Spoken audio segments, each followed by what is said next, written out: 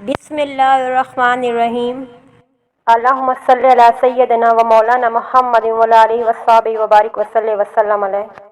रब्बिश्रह सदरी व यस्सिर अमरी वहलुल उक़दतम मिन लिसानी यफ़क़हू क़ौली। अस्सलाम वालेकुम। आप देख रहे हैं इस्लाम विद राबिल। हज़रत इब्राहीम अलैहिस्सलाम की उम्र मुबारक 86 बरस हो चुकी थी। आप औलाद की नेमत से महरूम थे। आप अलैहिस्सलाम ने अल्लाह सुब्हाना ताला की बारगाह में इस तरह दुआ फरमाई, ए मेरे रब, मुझे नेक और साले बेटा अता कर। ये दुआ अल्लाह की बारगाह में कबूल हुई और आपकी दूसरी बीवी हज़रत हाजरा अलैहिस्सलाम के बतन से अल्लाह ने आपको एक बेटा अता किया।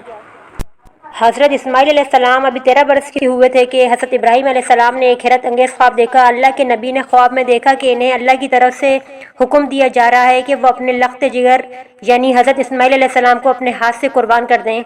हज़रत इब्राहीम अलैहिस्सलाम ने मुसलसल दूसरी रात भी वही ख्वाब देखा।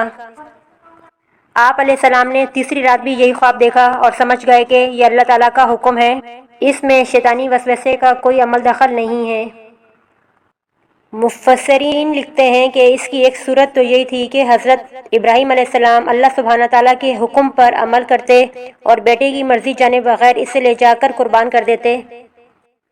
हज़रत इब्राहीम अलैहिस्सलाम ने सोचा कि अगर बेटे की मर्जी जाने बगैर इसे कुर्बान कर दूं तो इश्क के इम्तिहान में मैं अकेला तो कामयाब हो जाऊंगा, लेकिन अगर बेटे को भी इस अजीम इम्तिहान के लिए ज़हनी तौर पर तैयार कर लूं तो मेरे साथ साथ मेरा लख्त जिगर भी ये इम्तिहान पास करके सरखुरू हो जाएगा।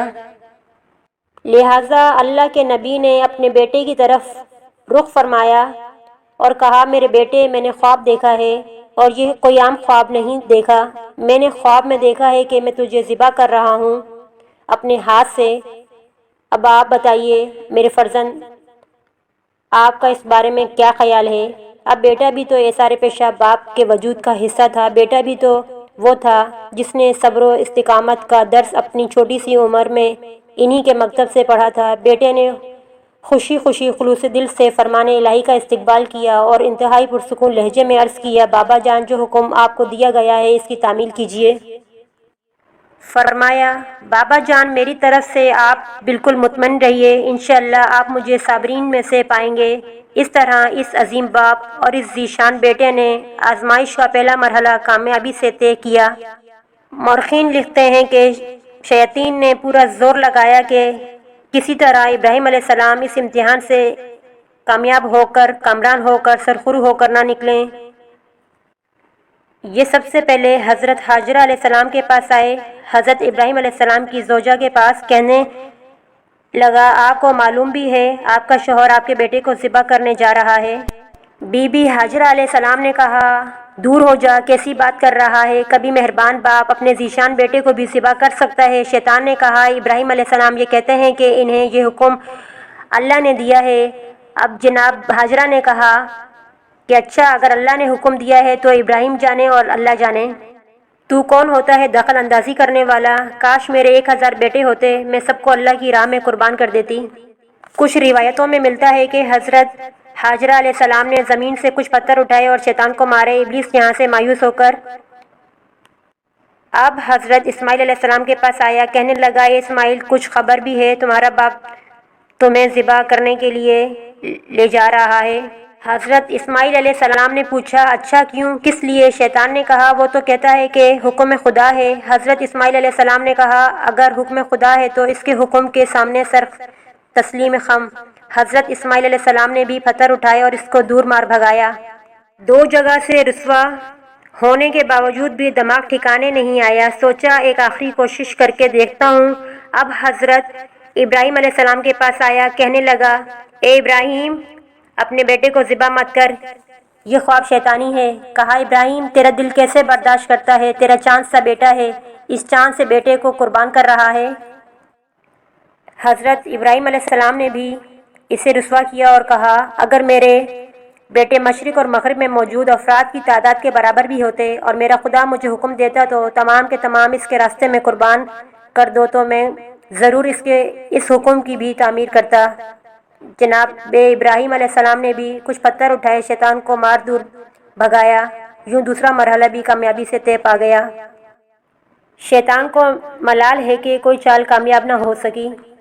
حضرت ابراہیم علیہ السلام لخت جگر کو لیتے ہیں، سرزمین منا کے خشک جلا دینے والے پہاڑ کے درمیان قربان گاہ میں لائے۔ حضرت اسماعیل علیہ السلام نے کہا، ابا جان رسی کو مضبوطی سے باندھ دیجئے تاکہ فرمان خداوندی کے وقت میں ہاتھ پاؤں نہ ہلا سکوں، اس لیے کہ مجھے خدشہ ہے کہ کہیں سے میرے اجر میں کچھ کمی نہ واقع ہو جائے۔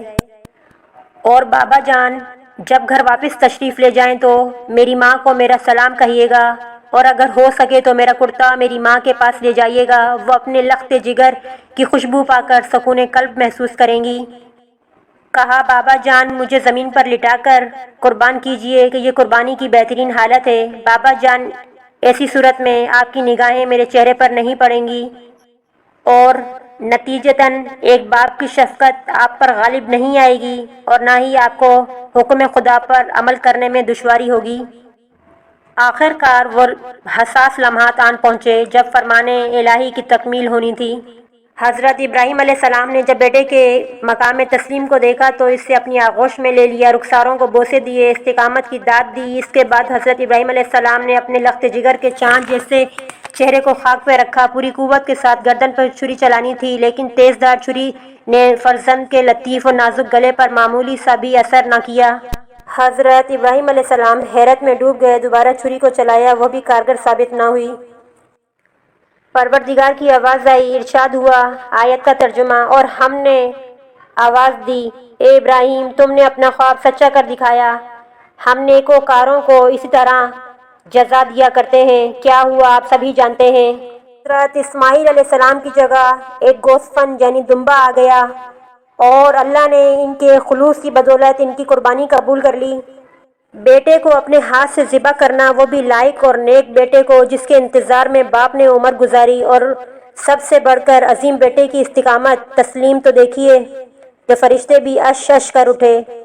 خلیل حضرت آدم علیہ السلام جلیل اللہ تعالیٰ کے اس امتحانات میں سرخرو ہو گئے۔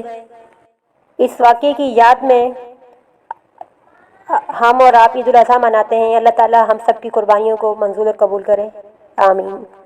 ملتے ہیں ایک نئی ویڈیو کے ساتھ، اجازت دیجیے گا اس اپنے پن کے ساتھ کہ اپنا بہت خیال رکھیے گا۔ اللہ حافظ۔